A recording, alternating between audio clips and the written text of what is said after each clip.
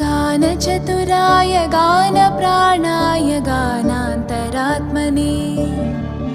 गानोत्सुकाय गानमत्ताय गानोत्सुकमनसे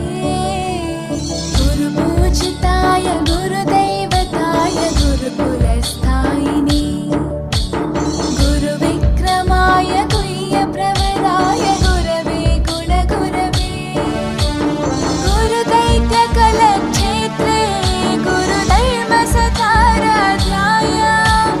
गुरुपुत्रपरित्रात्रे गुरुपाखण्डखण्डकाय